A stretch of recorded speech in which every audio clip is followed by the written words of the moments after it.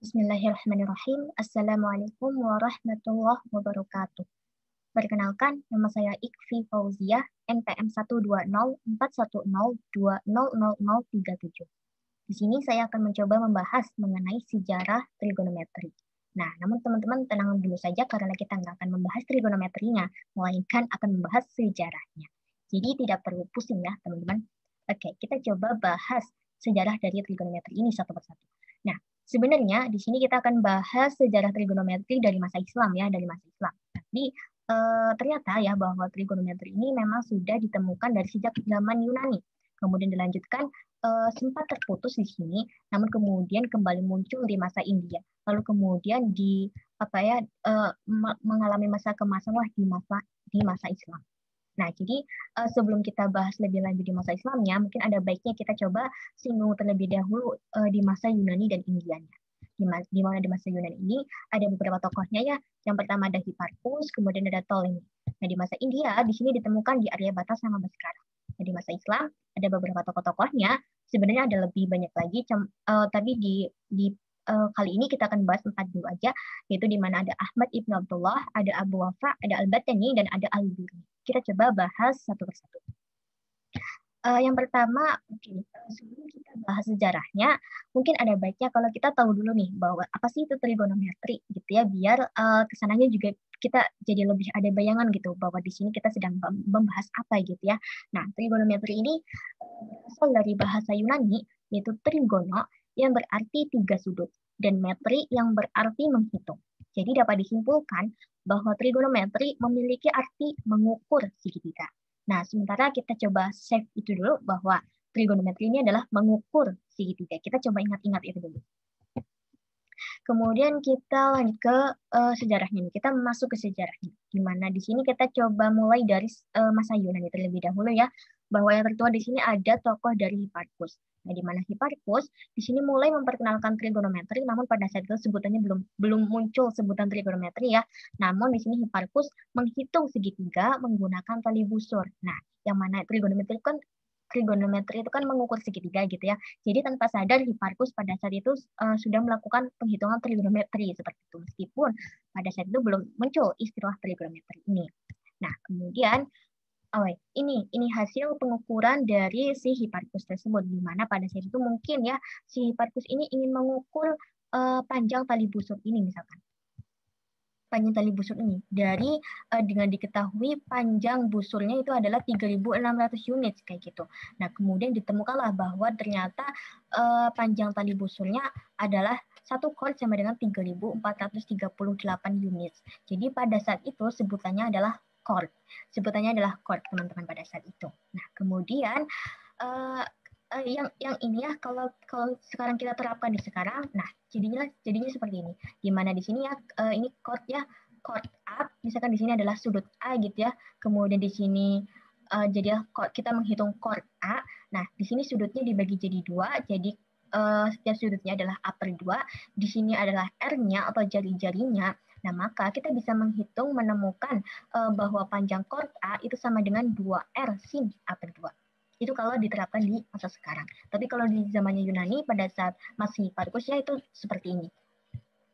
Nah, kita lanjut ke tokoh yang kedua. Nah, di sini ada Ptolemy. Di sini masih masa Yunani ya, teman-teman. Nah, di sini hasil karya Ptolemy ini masih dipengaruhi oleh Hipparchus tadi. Nah, Ptolemy di sini juga melakukan penghitungan menggunakan tali busur juga. Nah, bagaimana penghitungan dari Ptolemy ini? Jadi seperti ini. Ptolemy ini intinya ingin menghitung panjang tali busur gitu ya, menghitung ini panjang tali busur. Nah, namun dengan menggunakan dua lingkaran, yang mana di sini ditarik garis ke tengah gitu ya, kemudian ditarik lagi garis ke sini gitu. Nah, dari sini pokoknya dari penghitungan ini akhirnya bisa menemukan gitu ya konsep dasar trigonometri. Jadi dari perhitungan Ptolemy ini menjadi acuan para peneliti lain untuk mengembangkan teori trigonometri dan menemukan konsep dasar trigonometri. Nah, kita lanjut ke masa India. Jadi pada saat di masa Yunani sempat terputus teman-teman trigonometri ini, sempat hilang kayak gitu ya. Nah, kemudian muncul lagi di masa India. Gimana di sini para ilmuwan mengganti akord, jadi ya akord itu dengan istilah sinus atau tapi pada saat itu istilahnya bukan sinus, yaitu tapi zia. Jadi istilah sinus di masa India ini masih belum ditemukan teman-teman. Tapi pada saat itu sebutannya adalah zia. Jadi kalau kosinus sebutannya adalah kozia kayak gitu. Nah,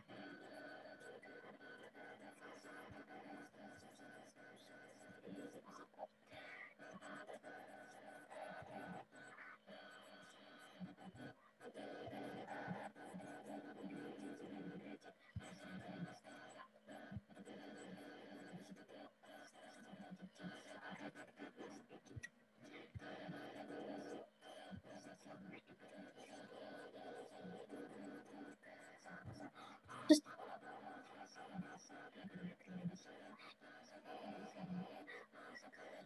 temuan tokoh Islam sampai saat ini banyak dipelajari di sekolah-sekolah, khususnya mungkin SMA seperti itu ya. Nah, banyak ilmuwan matematika yang lahir pada periode ini. Perkembangan pesat juga tak lepas dari bidang astronomi. Nah, kenapa kok tidak lepas dari bidang astronomi? Ya, karena kalau kalau kita lihat tadi ya, bahwa tokoh-tokoh dari trigonometri ini juga kebanyakan adalah tokoh astronomi. Nah, kenapa? Karena sebenarnya bahwa para tokoh-tokoh astronomi kebanyakan menemukan penemuan-penemuan di bidang astronomi itu menggunakan menggunakan trigonometri. Jadi trigonometri ini adalah alat untuk menemukan berbagai penemuan-penemuan di bidang astronomi kayak gitu. Jadi tak heran ya jika banyak tokoh astronomi juga termasuk tokoh trigonometri seperti itu. Nah, kita coba bahas satu persatu dari setiap tokohnya. Di sini yang pertama ada Ahmad Ibn Abdullah, di mana Ahmad Ibn Abdullah di sini adalah penemu tangan, kotangan, sekan, dan kosekan yang merupakan hasil dari pengembangan buku Al-Magis karya Ptolemy.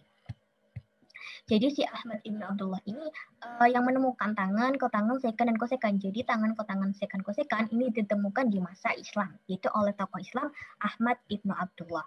Seperti itu. Kita lanjut ke tokoh yang kedua. Di sini ada Al-Batani. Nah, di sini Al-Batani itu penemu fungsi. Jadi banyak banyak fungsi trigonometri yang ditemukan oleh Al-Batani di masa Islam ini. Kemudian Al-Batani juga menemukan, nah, sinus merupakan komplement dari cosinus. Jadi di sini Al-Batani menemukan, oh bahwa ternyata sinus adalah komplement dari cosinus. Nah, dari setiap penemuan Al-Batani ini masih dipengaruhi oleh teori Ptolemy. Nah, dalam sejarah matematika, Al-Batani telah melakukan berbagai perbaikan dan memberi solusi penting dalam masalah yang berhubungan dengan matematika trigonometri berbentuk bola atau spherical trigonometry, yakni ilmu matematika yang banyak memberikan kontribusi dalam bidang astronomi. Nah, selain itu, Al-Batani dikenal banyak menggunakan prinsip-prinsip trigonometri saat melakukan observasi astronomi. Nah, dalam teori bintang misalnya, ia memperkenalkan sinus dan kosinus sebagai chord atau tali busur, serta menggunakan teori tangen dan kotangen yang kemudian menjadi dasar bagi ilmu trigonometri modern. Jadi, di masa Al-Batani ini ya, Al-Batani ini kita coba baca lagi yang ini. Ia memperkenalkan sinus dan kosinus. Istilah sinus dan kosinus, ya, istilah sinus dan kosinus ini ditemukan oleh Al-Batani. Jadi yang memperkenalkan istilah sinus dan kosinus adalah Al-Batani, tokoh Islam di masa Islam, sebagai pengganti dari chord atau tali busur, seperti itu. Nah, serta menggunakan teori tangan dan kotangan yang teori tangan dan kotangan ini tadi ditemukan oleh Ahmad Ibn Abdullah ya. Kemudian oleh Al-Batani ini dari teori tangan dan kotangan tersebut menjadi dasar bagi ilmu trigonometri modern seperti itu. Kita lanjut ke tokoh yang ketiga, ada Abu Wafa. Di sini Abu Wafa beliau berhasil menyempurnakan teorema-teorema Menelaus dalam trigonometri sferis yang disebut rule of the four magnitudes, aturan empat besaran, yakni di mana sin A kecil, kita coba ya sin A kecil ini ya. Sin A kecil berbanding dengan sin C kecil, maka akan menghasilkan sin besar ini.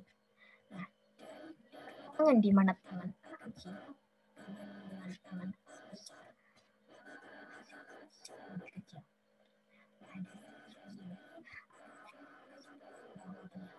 Cos C kecil, ini ya, cos C kecil ternyata nilainya sama dengan ketika cos A kecil dikali dengan cos B kecil.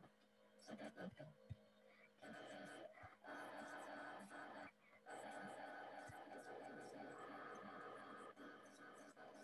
Ferris, dan beliau jugalah orang pertama yang mendemonstrasikannya. Nah, persamaan-persamaan tersebut diantaranya yang pertama untuk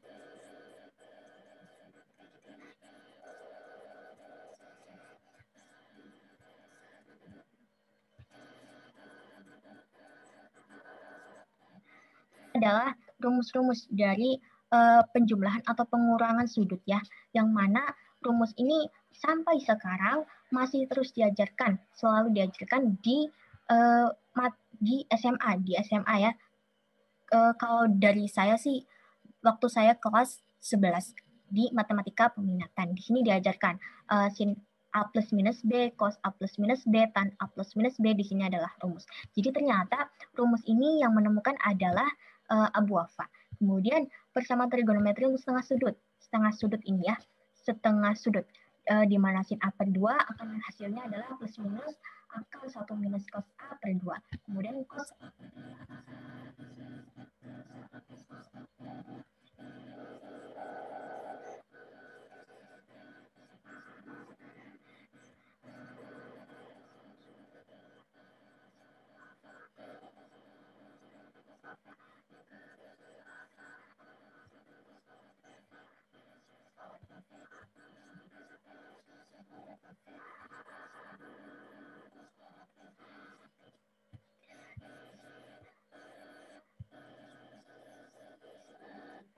masih dipelajari di SMA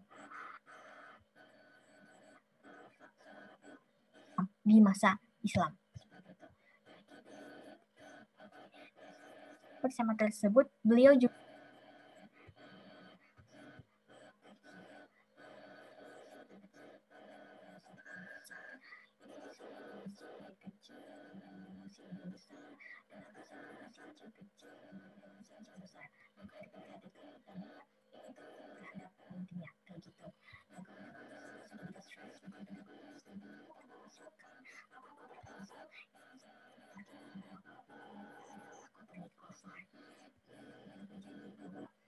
banyak dikira bahwa penemuan-penemuan itu di Eropa, padahal sejak lama ditemukan oleh tokoh-tokoh Islam di masa Islam.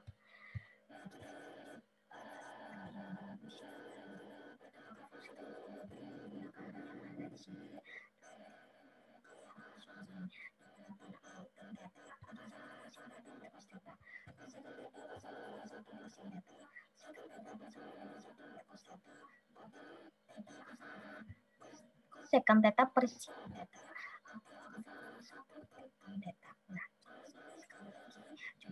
masih dipelajari di masa SMA, yang mana rumus-rumus itu semua yang sering menjadi bumerang ya buat kita, tapi terlepas dari itu semua bahwa ternyata dari rumus-rumus trigonometri inilah berbagai penemuan khususnya di bidang astronomi itu bisa ditemukan seperti saat ini gitu.